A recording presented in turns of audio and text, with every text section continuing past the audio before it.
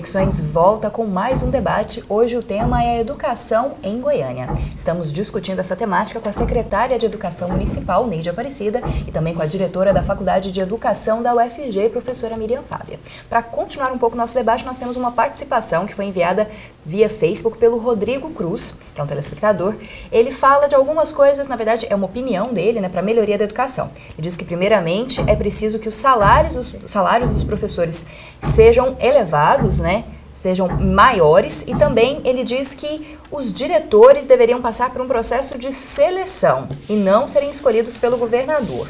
Que ele, segundo ele, obviamente não escolheria uma pessoa envolvida com a educação. Bom, secretário, eu gostaria que você comentasse um pouquinho esse comentário do nosso telespectador, o Rodrigo Cruz. Não, eu tenho certeza que a valorização dos profissionais impacta diretamente na qualidade da educação, do ensino oferecido em qualquer rede. Mas Goiânia é um dos municípios que pagam acima do piso salarial nacional. Foi estabelecido em 2010 um piso salarial nacional, aliás, uma reivindicação antiga dos profissionais da educação. O piso eu considero que é um piso ainda baixo, mas é um referencial muito importante para iniciar essa valorização, uma vez que nós tínhamos vários municípios que pagavam o salário mínimo para os professores, mesmo com curso superior. E nós temos hoje apenas 10 estados que cumprem o piso. Goiânia está pagando 7,3% acima do piso nacional. Tem uma carreira que privilegia a formação continuada. A professora Miriam Fábia colocava que quase todos os professores têm nível superior. Eu digo, professora, que nós temos ainda menos de 50 profissionais que não fizeram curso superior, porque estavam em final de carreira, porque não acharam que não deveriam ir para um curso superior. Esses profissionais, a maioria, não estão mais em sala de aula. Nós temos um grande número com especialização, vários mestres e doutores que estão na nossa rede trabalhando com a educação infantil e com a educação fundamental. Mas voltando um pouco na questão do IDEB, como é uma prova nacional, ela é elaborada pensando nacionalmente, ela é elaborada pensando na seriação, e que cada domínio que a criança tem que ter naquela série. Em Goiânia, nós trabalhamos com ciclos de aprendizagem e desenvolvimento humano. Então, as crianças, por exemplo, uma criança que não passou pela educação infantil, não ingressou, não teve escolaridade até os 8 anos, ela não vai iniciar na primeira turma, ela já vai iniciar na turma B. Então, isso impacta também depois numa avaliação. Mas nós entendemos que essa forma de organização, ela acaba priorizando a criança, porque ela entende que cada criança tem seu ritmo, tem a sua forma, e isso é respeitado num processo de ciclagem. Secretária, falando um pouquinho mais da questão dos ciclos, a gente vê algumas pessoas envolvidas com a educação, alguns pais fazendo críticas a essa forma de ciclo, que haveria uma aprovação compulsória. O que a senhora teria a dizer a respeito dessas críticas, que às vezes essa mudança de uma educação seriada para uma educação em ciclos? Olha, em primeiro lugar, eu entendo que a avaliação, ela não é para reter o aluno, para reprovar. A avaliação, ela é um processo que você tem que usar para você até reavaliar o seu trabalho. Mas não pode ser usado apenas, vou fazer uma prova para o aluno ser aprovado ou reprovado. Então, eu acho que o ciclo, ele atende um pouco essa visão. Nós temos um acompanhamento direto com as crianças e, às vezes, como nós, da minha geração pelo menos, só conheceu o processo seriado, e a maioria dos pais também, eles às vezes cobram isso. Eles querem a cada ano uma avaliação e dizer, esse aluno foi aprovado, esse aluno foi reprovado. Mas não é esse o objetivo do ciclo. Como eu disse, o ciclo tem por objetivo respeitar o ritmo de cada criança e essa criança, ao final de um ciclo de aprendizagem, ela tem uma avaliação e por isso até que nós estamos aumentando paulatinamente o número de escolas que têm um horário maior de permanência da criança, porque nesse horário que tem, aquelas crianças que não conseguem acompanhar, elas vêm em outro turno para que elas tenham um reforço, para que elas possam superar aquela dificuldade que ela tem. Então, eu entendo a avaliação dessa forma. A avaliação é um processo em que você faz para ver o que nós precisamos mudar, qual que é a criança que não está conseguindo acompanhar, o que nós temos que fazer para que essa criança possa desenvolver todo o seu potencial. Bom, a senhora, professora, tinha falado que gostaria de falar um pouco sobre infraestrutura. Então, vou fazer essa pergunta para a senhora. Como é que é a avaliação da infraestrutura das escolas? Qual a importância da infraestrutura para a educação? As escolas, elas precisam ter estrutura adequada para que os alunos possam, na sala de aula, ter o espaço e o clima adequado para a aprendizagem, precisa ter espaço para a biblioteca, precisa ter espaço, né, para o lazer e a recreação, ainda mais quando nós estamos pensando na ampliação do tempo de permanência desse aluno na escola. Por exemplo, a questão da acessibilidade é um grande desafio, né? Os nossos prédios não foram construídos nos parâmetros, muitos dos nossos prédios não foram construídos nos parâmetros de acessibilidade, né? Inclusive na universidade. Então, são questões que estão na nossa pauta atual que exigem investimentos de monta na educação brasileira, né? Assim como, por exemplo, a ampliação do pagamento do valor do salário dos professores. Esse é um outro desafio, despesa cotidiana da educação. Então, esse é um dos grandes gargalos, no caso brasileiro, que é uma excelente remuneração do professor da educação básica, da educação infantil ao ensino médio. A gente ainda tem muita dificuldade em pagar o piso, que é muito baixo para a avaliação que nós temos em relação aos profissionais liberais.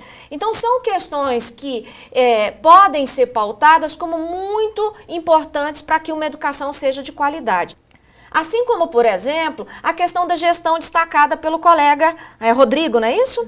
Então, o Rodrigo fala, por exemplo, da gestão. A gente tem no Brasil um desafio, acho que a rede em Goiânia tem feito isso já historicamente, né? Que é a eleição do diretor, que é esse processo... Foi um dos primeiros municípios de Goiás a estabelecer a eleição direta para a escolha do diretor. A rede estadual também está fazendo um processo de democratização da gestão e isso é fundamental. Não temos um único diretor a vida toda naquela escola, mas nós, os colegas professores, fazemos entre nós um rodízio, um aprendizado do como pensar o planejamento da escola e, consequentemente, como pensar a qualidade do trabalho que nós desenvolvemos. E a família nesse cenário. Então, eu penso que a infraestrutura, a questão dos profissionais, sua formação e remuneração, assim como a gestão e a participação da família, são elementos que, com certeza, impactarão em grande escala o IDEB brasileiro. Agora, reunir todos esses elementos é um desafio para a gestão da rede municipal de Goiânia, para a gestão das redes todas, para a gestão da universidade, um grande desafio que nós temos, né? Então, acho que são questões para serem discutidas por todos nós na busca de melhores soluções para essa educação que nós temos, né? Bom, a senhora falou um pouco a respeito do ensino integral, do aumento da hora em que os alunos ficam na escola. O que isso traz de bom para esses alunos? Por que ficar mais tempo na escola seria interessante também para melhorar a educação? Historicamente, a família tem um papel fundamental na educação das crianças e das futuras gerações. Só que essa família mudou, e mudou radicalmente em pouco tempo, 20, 30 anos, em história é quase nada. Pais e mães hoje estão na busca pela sobrevivência e numa dinâmica, em especial nos grandes centros, em que o tempo de permanência com os filhos é muito pequeno. Nesse cenário, uma educação de tempo integral faz muita diferença na formação das crianças e dos adolescentes. Por quê? Porque a criança na escola, ela tem, além do acesso à cultura letrada, aos conhecimentos produzidos, ela também tem a possibilidade de outras formas de aprendizado, do esporte, né, do lazer, do cinema, do teatro, né, isso tudo, do reforço escolar, que em casa às vezes ela não tem com o pai e a mãe. Isso tudo faz muita diferença ao término de um processo, por exemplo, de 9 anos de escolarização, de 15 anos de escolarização. Então, a escola, ela é fundamental nesse processo. Por isso, a discussão da escola de tempo integral é tão atual.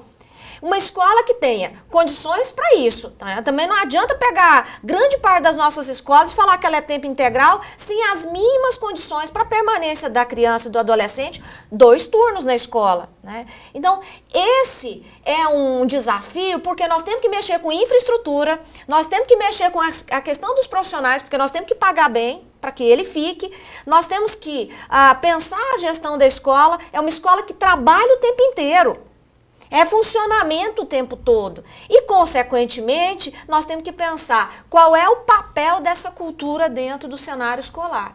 Então, são elementos que nós ainda estamos aqui com grandes desafios para fazer acontecer. E olha que o Anísio Teixeira, lá no século passado, nas suas belas escolas pensadas, já fazia o desafio. Nós não estamos falando de uma coisa que surgiu de hoje e acontece do hoje. É histórico no Brasil, mas as condições são muito difíceis. Aí eu acho que a gente precisa, no campo político, a disputa por qual recurso que a educação tem para que a gente mantenha uma escola de qualidade. Senão não adianta. Fazer de conta também não resolve. Secretária... Olha, eu diria que realmente a professora Miriam tem toda a razão.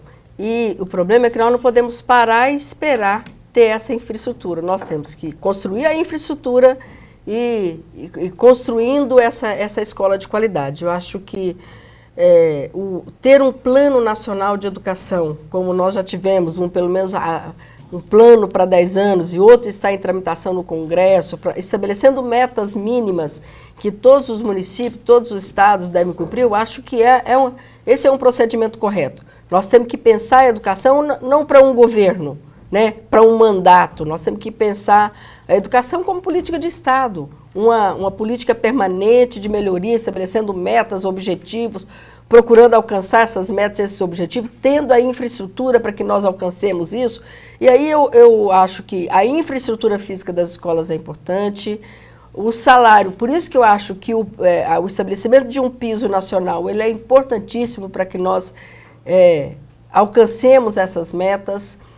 E a formação continuada desses profissionais, que também foi estabelecido na LDB de 96, isso foi importante, né? Lá estabeleceu-se que em 10 anos todos os profissionais tinham que ter curso superior. Nós não alcançamos todos, não universalizamos isso, mas foi um grande salto. Vários convênios foram feitos com as universidades federais, com as agências formadoras, possibilitando que esses profissionais se qualificassem. Foi descentralizada a educação superior para o interior do país, que era muito difícil também, né? Eu falo isso como uma pessoa que está na educação há mais de 30 anos, né? Que quando eu iniciei em 1976, nós tínhamos 10% dos profissionais que tinham curso superior. Hoje esse índice se inverteu, felizmente. Nós temos 10% que ainda não tem o ensino superior, em Goiás, principalmente. Eu acho que, então, é tudo um processo que não vem de agora. Como disse a professora Miriam, em 1930, né, no Manifesto dos Pioneiros da Escola Nova, com Anísio Teixeira e vários outros grandes educadores do nosso país, eles já diziam isso, né, que a escola tinha que ter uma gestão democrática, que teria que ter planos a longo prazo, que nós teríamos que ter um índice estabelecido para a educação brasileira, né, verba já vinculada. Isso vem ocorrendo, um processo muito mais lento do que nós gostaríamos, mas vem ocorrendo. Então, acho que a educação brasileira ela está melhorando dia a dia e nós precisamos trabalhar para que essa coisa se dê com mais agilidade, com maior velocidade do que aquela que está se dando até agora. Bom, infelizmente, o nosso tempo acabou, a gente vai ter que parar o debate por aqui, mas a gente deve voltar a essa discussão, já que a educação é um dos temas que o Conexões sempre privilegia. Eu agradeço muito, secretária, a sua presença aqui hoje. O Conexões agradece muito essa discussão de hoje. Nós agradecemos ao Conexões por essa oportunidade e estamos sempre à disposição. Também, professora, muito obrigada pela presença. Conexões agradece muito todas as contribuições que a senhora deu ao debate. Obrigada. Espero que a gente continue discutindo a educação. O Plano Nacional está aí, quem sabe não é pauta de um futuro Conexões. Uma boa pressão faz muita diferença ao Congresso brasileiro, então temos muito a discutir e agradeço a oportunidade de estar aqui, a Neide, com você, Camila, obrigada. E você também pode ser um parceiro do Conexões. É só enviar sugestões de pauta, perguntas ou matérias prontas para o e-mail do programa ou então para as redes sociais. Eu te espero no próximo sábado, às 3h30 da tarde, logo depois do Faz o Que. As reapresentações agora são em 2 horários diferentes. No domingo, às 9 horas da noite e na segunda-feira, às 8h15 da noite. Até a próxima semana!